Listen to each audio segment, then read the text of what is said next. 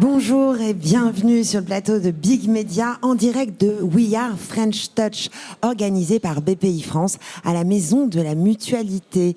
Je suis Ariana von Walter-Yerso, fondatrice d'AVWH, et je reçois le producteur d'audiovisuel, c'est comme ça qu'on dit ? De visuel, de cinéma, de choses variées, oui. Marc Dupont-Avis. Merci Marc d'être parmi nous sur ce plateau Big Bonjour, Media. Ariane. Alors, Marc, on sait que tu as débuté ta carrière au sein de Gaumont. Tu as eu de nombreuses séries de grands succès, Oggy et les cafards, Les zinzins de l'espace. Puis, tu t'es investi dans le secteur plutôt cinématographique. Est-ce que tu peux nous parler un peu de ton parcours? Je sais que tu as écrit, il y a d'ailleurs paru il y a quelques mois, un livre, Destin animé, où d'ailleurs tu racontes un peu les affres de producteurs, des hauts, des bas, des défis, des rencontres, des hasards, parfois des nécessités également. Est-ce que tu peux nous en dire plus sur ton parcours ? Oui, les affres et les joies, hein, parce que le métier de producteur, comme tu le disais, c'est des hauts et des bas. Et il y a des hauts magnifiques, des bas plus compliqués. Et puis on apprend à traverser tout ça. C'est une matière avec laquelle on doit jouer, qui est pleine d'irrationalité, d'incertitude, mais aussi de conviction. Et mon parcours de producteur, il a commencé pendant presque 8 ans dans la maison Gaumont, où j'ai été en fait en quelque sorte chargé de créer des nouveaux métiers. Et donc j'ai d'abord créé, pas tout seul, avec un autre producteur, Gaumont Télévision, qui était la production en fait de séries et de films de télévision pour Gaumont en 1990, ça date un peu, mais qui a pour moi été une très belle école parce que j'y ai notamment fait beaucoup de très grandes séries internationales qu'on tournait en anglais, qui étaient des choses qui voyageaient admirablement, comme la série Highlander, que j'ai travaillé à ce moment-là avec des Américains, des Canadiens. C'était un tour de table assez impressionnant. C'était une des séries les plus ambitieuses de l'époque en France. Et j'ai pris mon métier. Puis bon, j'ai fait beaucoup de choses sur Internet, ce qui était un peu nouveau dans les début des années 90. J'ai développé un peu aussi des métiers du côté du jeu vidéo et enfin l'animation, qui en fait est le secteur qui m'a le plus séduit. J'ai adoré travailler avec ces artistes, ces dessinateurs. C'était à une époque où on sentait qu'on pouvait révolutionner le système qui était un peu endormi. C'était une toute petite activité en France, c'était pas un gros secteur très important à l'époque, ça l'est devenu maintenant. Et voilà. Et donc j'ai créé d'abord Gaumont Multimédia, qui est une division de Gaumont, dans lequel j'ai fait effectivement beaucoup d'animations et quelques beaux succès très rapidement. Et puis voilà, j'ai racheté en fait cette division à Gaumont, que j'ai rebaptisé Xilam, et qui est devenu un studio important, enfin qui est aujourd'hui quasiment le studio européen le plus important dans le domaine de l'animation, et qui emploie quand même presque 600 personnes, et avec lequel on fait du cinéma d'animation, des séries d'animation. Et puis j'ai à côté de ça une autre activité sur une autre société de production qui s'appelle One World Film, avec laquelle je fais des films en prise de vue réelle, donc pas d'animation, voilà, avec lequel j'ai fait Gainsbourg et d'autres films. Il y a une identité Xilam quand on regarde Oggy et les cafards, Les zinzins de l'espace. Comment tu as développé cette vision artistique au fil des années ? Il y a une chose que j'ai compris, je crois, assez rapidement et qui s'est révélée très juste avec le temps, je crois. C'est qu'il y a d'une part, il y a une compétition grandissante, une fragmentation de l'audience. Il y a de plus en plus de programmes qui sont offerts à la disposition et mis à la disposition des enfants, entre lesquels ils doivent choisir. Et les enfants, c'est un public très curieux, un public très impatient, un public très exigeant et qu'il faut convaincre très vite. Bon. Puisque la durée d'écoute et d'attention d'un enfant n'est pas forcément celle d'un adulte. Et donc, j'ai vite compris qu'il fallait, à travers l'image, mais aussi à travers le son, créer des identités extrêmement fortes C'est tout un travail qu'on a développé chez Xilam, je crois sur lequel j'ai eu une influence assez importante. On sait qu'Oggy et les Cafards, par exemple, a des couleurs très pop. Alors en parlant de pop, on peut même citer Iggy Pop. Voilà, alors donc il y a aussi cette idée de travailler le son. Voilà, je pense que moi ce qui me fait plaisir aujourd'hui, et ça fait quelques années que c'est dur, c'est quand il y a des spectateurs qui me disent ah, il y a une signature Xilam, on reconnaît des programmes Xilam. Je crois que ça a à voir avec cette volonté de trouver une identité visuelle qui saute, qui est tout de suite une vraie signature, le son, et puis parfois d'aller effectivement chercher des grandes signatures comme Iggy Pop qui avait signé le générique des Zinzins de l'espace. Oui. Une belle aventure. En parlant de l'évolution de l'industrie, donc tu interviens autant dans l'industrie de l'animation, de l'industrie cinématographique. Tu as vu, comme tu le rappelais, un certain nombre de mutations et pour les dernières, autour de la diffusion sur les plateformes, le streaming, la mondialisation complète, même si c'était déjà le cas sur l'animation quand même, mais la mondialisation totale des contenus culturels et notamment des contenus audiovisuels. Quel est ton diagnostic là en fin 2023 et notamment par rapport au secteur de l'animation, comment tu vois la suite ? D'abord, alors il y avait la mondialisation, ou autrement ce qu'on appelle aujourd'hui la globalisation. C'est un phénomène qui est en marche à la fois depuis longtemps et de façon récente. C'est-à-dire que, évidemment, nous, notre modèle économique dans l'animation, si on veut faire des choses de très très grande qualité, est tel que la France, le marché domestique français n'est pas suffisant de toute façon pour amortir nos investissements, ils sont beaucoup trop élevés. Donc de toute façon, on est condamné à aller chercher à l'international depuis longtemps. Mais avant l'arrivée des plateformes, cette globalisation de nos œuvres, elle se faisait laborieusement avec le temps. Il fallait des années conquérir territoire par territoire, chaîne par chaîne, faire une saison, une deuxième saison. Enfin, voilà, il fallait longtemps pour construire le succès. Oggy et les Cafards a été assez rapidement succès, mais c'est devenu un hit mondial après quelques années. Zig et Charcot, c'est la même chose. Sont des choses qui prenaient du temps. Voilà. C'est vrai qu'à partir de 2015-2017, quand les plateformes ont commencé, Netflix, plus récemment Disney, etc., ont commencé à investir dans l'animation. Il y a une différence, le modèle est extraordinairement différent parce que là, on est instantanément diffusé dans le monde entier. Voilà, vous avez un algorithme qui vous met en avant et du coup, il y a une caisse de résonance qui est spectaculaire et qui permet de construire... de faire connaître des œuvres dans le monde entier instantanément. Donc c'est très impressionnant, ça a permis de drainer des moyens considérables dans notre secteur, ça a été un des vecteurs de croissance dingue de ces dernières années.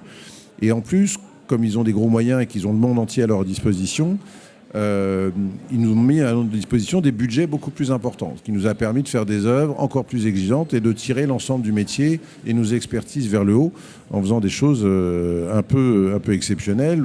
Il n'y a pas très longtemps, on a fait par exemple une œuvre pour Netflix qui s'appelle en français Karaté Mouton, qui est une comédie tout à fait dans l'esprit de Xilam, mais c'est la première fois on se dit tiens, on va oser faire du slapstick en 3D, parce qu'avant techniquement c'était très compliqué ou beaucoup trop cher, et Netflix nous a donné les moyens d'aller faire du slapstick en 3D, et c'est extrêmement réjouissant. Donc ça change, c'est une vraie mutation qui est très importante.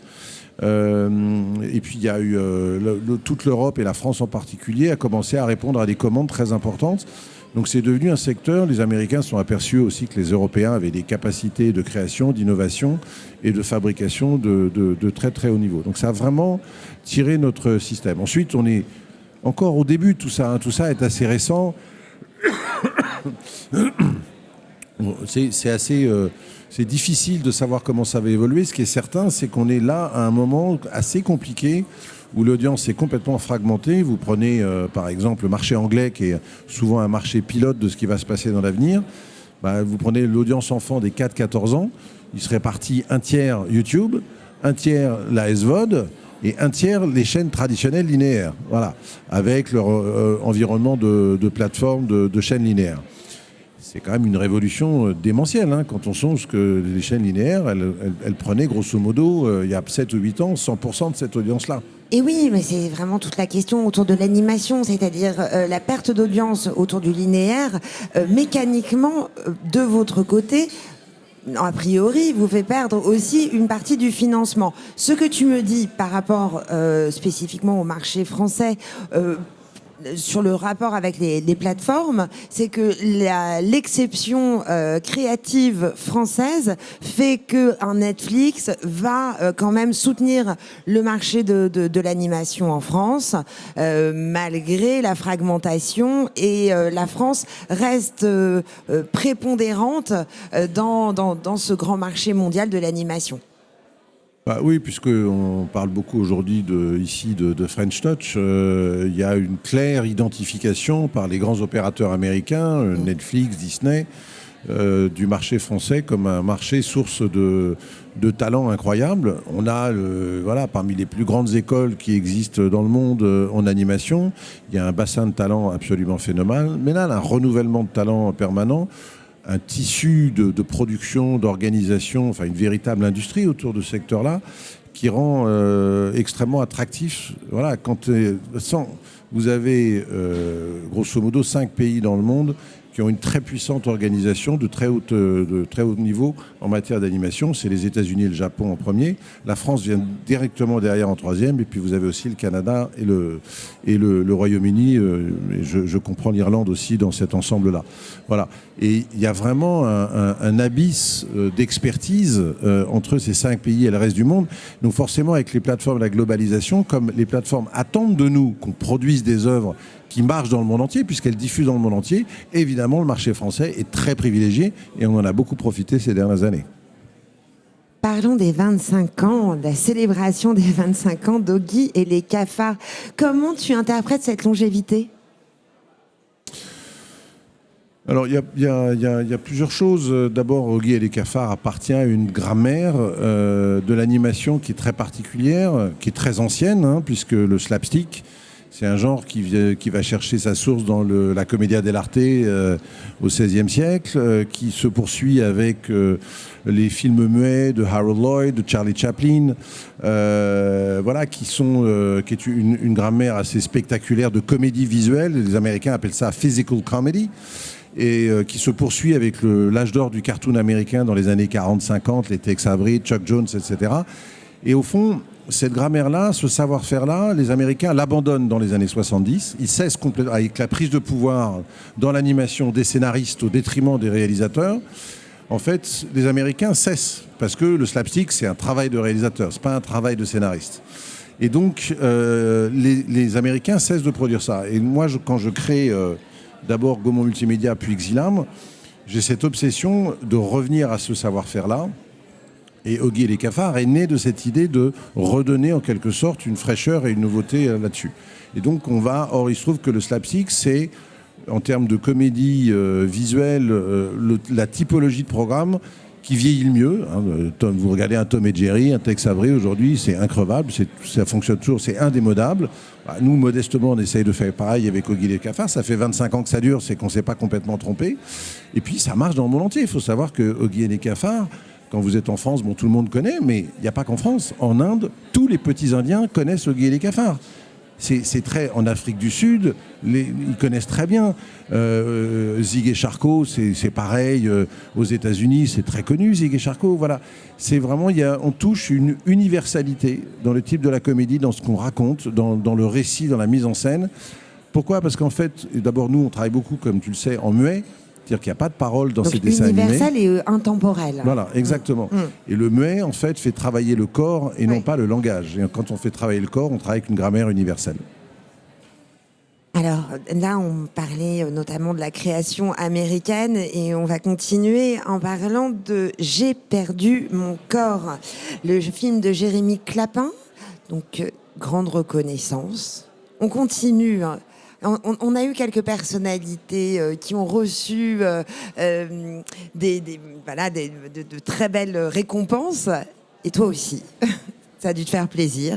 Donc, 2 Césars, une nomination aux Oscars pour J'ai perdu mon corps.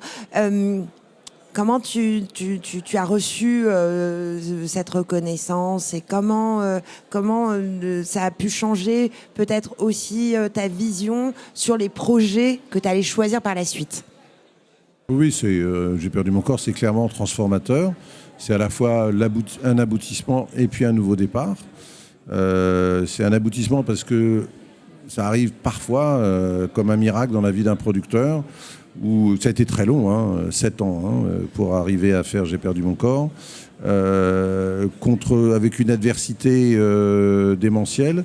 Alors, pas forcément parce que les gens étaient contre, mais les gens ne comprenaient pas. Donc il y avait une très grande indifférence à ce projet qu'on essayait d'élaborer. Personne ne voulait nous suivre, personne n'y croyait. Et puis avec Jérémy Clapin, immense réalisateur qui a été vraiment révélé au grand public à cette occasion, on s'est accroché avec le soutien du studio Xilam, avec cette volonté de faire exister cette œuvre très difficile à élaborer, à produire, à fabriquer, à écrire, à réaliser. Tout était très compliqué. Et puis ce film arrive sur le marché à Cannes un peu de façon inattendue. Et il se passe à Cannes, on commence par Cannes, où il se passe la semaine de la critique, un événement incroyable, puisque le film remporte le Grand Prix de la semaine de la critique à Cannes, ce qui n'était jamais arrivé à un film d'animation. Et là, à partir de là, il y a une espèce de feu qui s'allume, comme ça arrive parfois à cause de Cannes ou à l'occasion de Cannes. Netflix voit le film et stupéfait et fait une offre complètement improbable, alors que Xilam avait pris un risque démentiel pour faire ce film, qu'on a financé à 50% en fonds propres, puisque personne n'en voulait. Et tout d'un coup, Netflix nous fait une offre phénoménale. Et puis surtout, on comprend que l'offre de Netflix, elle est construite avec l'idée d'emmener le film aux Oscars. Voilà, donc on fait cette campagne incroyable des Oscars qui occupe 4 mois de votre vie. On passe plus de la moitié du temps à Los Angeles, à rencontrer beaucoup de monde. Et avec la nomination aux Oscars, évidemment, qui est un événement incroyable, s'ouvre un monde qu'on ne connaît pas à Los Angeles, puisque grosso modo, on est en quelque sorte, on rentre dans le club et ça ouvre beaucoup de portes. Mais indépendamment de cette joie, de cette jubilation, ça ouvre des portes. Fondamentalement, c'est ça, c'est que tout d'un coup, Xilam est rentré sur la map de la créativité la plus élevée dans le monde en matière d'animation. C'est un film de référence pour tous les gens qui font de l'animation, y compris aux États-Unis. C'est incroyable. Moi, chaque fois que je vais aux États-Unis, les gens, quand ils savent que j'ai perdu mon corps, je veux dire, pour eux, c'est vraiment, et ça a été un événement. C'est un film qui invente des choses, qui inspire beaucoup de gens de choses aujourd'hui. Et pour Xilam, c'est notre entrée aussi dans le monde de l'animation adulte, qui est un sujet qui nous occupe beaucoup en ce moment et qui nous a permis de lancer plein de nouveaux développements dans ce domaine-là et qui ouvre des perspectives fantastiques à l'animation. Brièvement, parce que là on a presque terminé notre timing, quels sont les prochains projets? Est-ce que tu peux nous en parler? Il y a beaucoup de choses. Il y a le prochain film de Jérémy Clapin, qui est un film en prise de vue réelle cette fois, qui est sélectionné au festival, qui va être sélectionné dans des grands festivals à venir. On ne peut pas encore dire lesquels, qui va sortir le 1er mai prochain, qui s'appelle Pendant ce temps sur Terre. Il y a des longs métrages d'animation en préparation. Il y a une comédie d'horreur pour adolescents qu'on a produit pour Disney+, et qui va sortir à Halloween 2024. Il y a plein d'activités dans des genres très variés. C'est ça qui m'amuse en ce moment. Toujours avec toi. Dans des genres très variés. Avec Xilam. Merci. Alors, juste brièvement, ta recommandation culturelle, quelle est-elle et pourquoi? Alors, un coup de cœur qui est très très loin de mon univers professionnel, mais que j'adore, c'est une jeune chanteuse qui s'appelle Clara Isé et qui a lancé récemment un magnifique album qui s'appelle Oceanonox. Je vous recommande parce qu'elle a une voix sublime, elle a des paroles sublimes, elle a une musique sublime. Je pense que c'est un des grands noms de la chanson française des années qui viennent. On va l'écouter très bientôt. Merci Marc Dupont-Avis. Merci d'avoir été sur ce plateau de Big Media. Tout à l'heure, nous allons recevoir Mélanie Lopez-Mallet d'Ubisoft.